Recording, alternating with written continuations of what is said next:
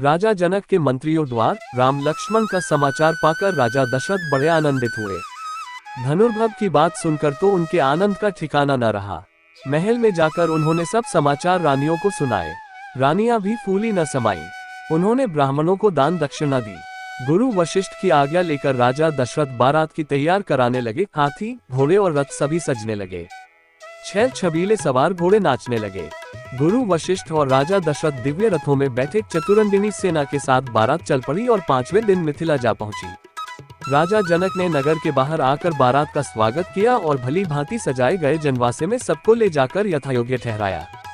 विश्वामित्र को जब राजा दशरथ के आने का समाचार मिला तब दोनों राजकुमारों को लेकर वे जनवासे पहुंचे। राम लक्ष्मण ने पिता के चरणों में प्रणाम किया। राजा दशरथ ने विश्वामित्र के चरण छुए और कहा, मुनिवर, आपकी कृपा से ही शुभ दिन मुझे देखने को मिला है।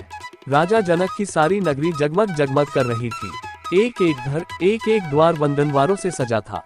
चारों ओर मंगल गीत सुनाई दे रहे थे। राजमार्ग और राजमहल में दर्शकों की अपार भीड़ थी। विवाह मंडप मणियों और हीरो के फूल पत्तों से सजा था।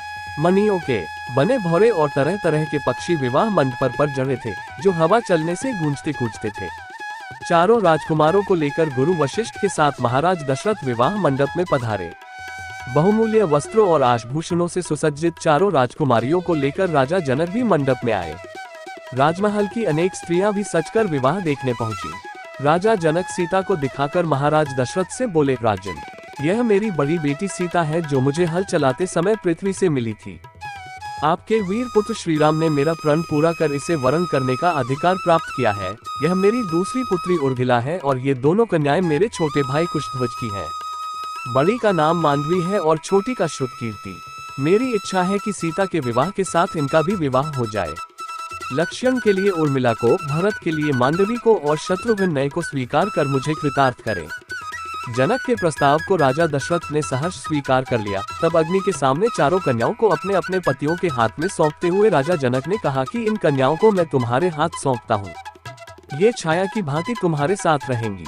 तुम इनका पानी ग्रहण करो, इनकी सब तरह से रक्षा करना तुम्हारा धर्म होगा। गुरु वशिष्ठ और शतानंद ने वेद मंत्रों के साथ विधिवत विवाह कराया। तब राजा दशरथ राजकुमारों और पुत्र वधुओं को लेकर जनवासे लौट आए। जनक ने कन्याओं और सब बारातियों को सुंदर उपहार दिए। राजा दशरथ ने भी सोने से सींग बढ़ाकर दूध देने वाली सहस्रों गायें ब्राह्मणों को दान में दी। दूसरे दिन विश्वामित्र ने आकर राजा दशरथ को बधाई दी और सबसे विदा लेकर वे अपने आश्रम को लौट गए। कुछ दिन तक जनक का आतिथ्य ग्रहण करने के पश्चात राजा दशरथ ब्रैत के साथ अपने नगर को लौट चले। वे कुछ ही दूर गए होंगे कि सहसा भयंकर आंधी सी आए और उसके साथ ही क्रोध की साक्षात मूर्ति परशुराम फरसा और धनुष बाण लिए प्रकट हो गए। उन्हें देखते ही अयोध्यावासी डर के मारे अधमरे से हो गए और राजा दशरथ के तो होश ही उड़ गए। राम का रास्ता रोककर परशुराम बोले, राम, शिव के पुराने धनुष को तोड़कर तुम्हारा हौसला बहुत बढ़ गया है।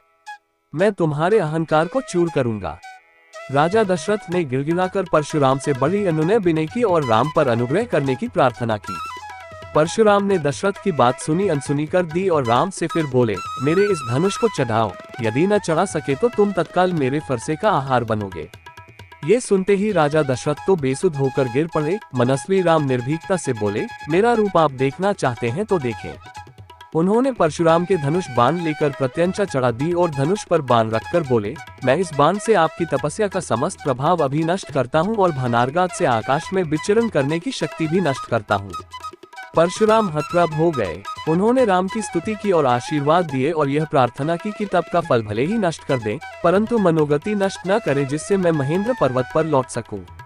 श्री राम ने उनकी बात मान ली। परशुराम राम की प्रशंसा करते हुए तत्काल चले गए।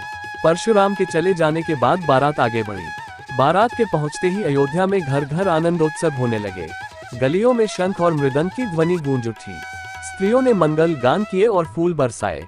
रानियों ने पुत्रों और पुत्र वधुओं की आरती उतारी। उस समय राजा दशरथ के भवन की शोभा देखते ही बनती थी। राजकुमार शील गुण संपन्न पत्नियां पाकर बड़े प्रसन्न थे। सीता जी के अनुपम रूप, गुण और सेवा से श्री राम और सास ससुर सब प्रकार से संतुष्ट थे।